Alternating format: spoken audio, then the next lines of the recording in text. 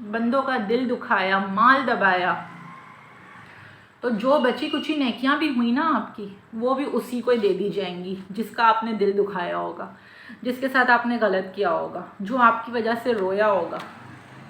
تو ساری جو آپ کی جو تھوڑی سی بچی کچھ نیکیاں ہوں گی وہ بھی ان کو ہی دے دی جائیں گی، اور اس کی بخشش ہو جائے گی اور آپ کی پکڑ ہو جائے گی. وہ بھی قیامت کے دن دینی پڑیں گی ہمیں. نہ کریں لوگوں پر ظلم. میرا آپ لوگوں سے یہی میسیج ہے، لوگوں پر ظلم کرنا چھوڑ دیں. اکثر تو میں نے یہ دیکھا ہے گھریلو ناچاکیاں بہت ہوتی رہتی ہیں. کچھ رشتے ایسے ہوتے ہیں، لیکن 2 رشتے ایسے ہیں اللہ کے نزدیک، 2 رشتے اللہ نے ایسے بتائے ہیں، حدیث پاک میں آتا ہے، ایک غلام ایک بیوی. یہ 2 رشتے ایسے ہیں جن کی پکڑ ہوگی اور ان کا حساب بھی لیا جائے گا. اکثر لوگ شوہر اکثر ہوتے ہیں، جہاں شوہر اچھے ہوتے ہیں تو کچھ ایسا ہوتا ہے کہ وہاں بیویاں تھوڑی اچھی نہیں ہوتی ہیں، لیکن جہاں بیویاں اچھی ہوتی ہیں تو وہاں شوہر کا ظلم ہو رہا ہوتا ہے. تو یہ رشتے ایسے ہیں کہ اس میں اللہ کی پکڑ ہوگی. اگر شوہر اپنی بیوی کو مارے گا، گالیاں دے گا، رلائے گا، کیونکہ عورت تو ہوتی ہی کمزور ہے، عورت کا تو کوئی وہ ہے ہی نہیں، لیکن عورت کمزور بھلے ہے لیکن اس کا حساب آخرت میں لیا جائے گا. اور غلام کا بھی یہی ہے. اگر ایک غلام ہے، اگر جیسے کہ بالفرض آپ میری مثال لیں، میرا کوئی غلام ہے، اگر میں اس کے ساتھ اچھا کروں گی تو مجھے اس کا صلہ اچھا ملے گا، اگر میں اس کے ساتھ برا کروں گی تو مجھے اس کا حساب آخرت میں دینا ہے.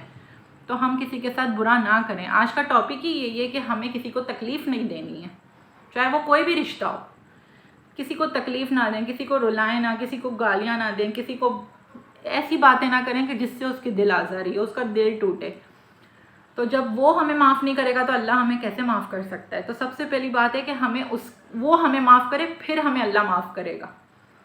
تو بس یہی ہے میرا ٹاپک، آپ لوگوں تک یہی میسیج پہنچانا تھا کہ پلیز دوسروں کو تکلیف دینا ختم کر دیں، کسی کی دل آزاری نہ کریں، اور ایسے ہو جائیں سب کے ساتھ حسن سلوک کرنے والے، پیار محبت سے رہنے والے.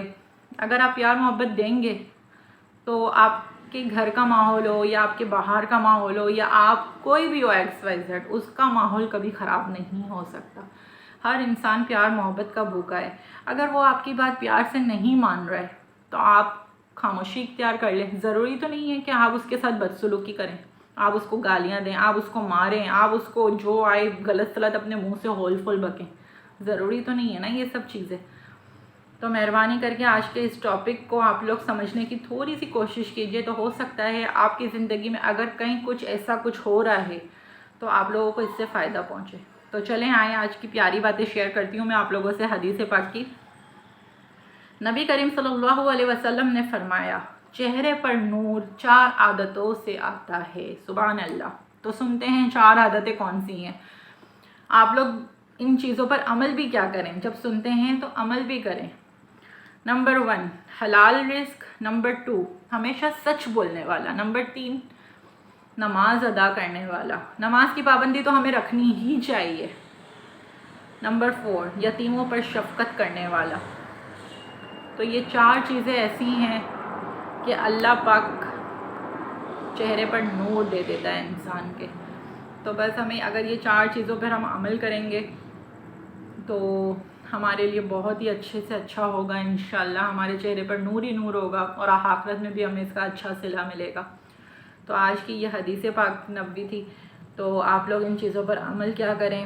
میں بھی کوشش کرتی ہوں کہ میں بھی ان چیزوں پر عمل کروں. جب میں آپ لوگوں تک یہ چیزیں پہنچا رہی ہوتی ہوں تو میں ان چیزوں پر میں بھی عمل کرتی ہوں.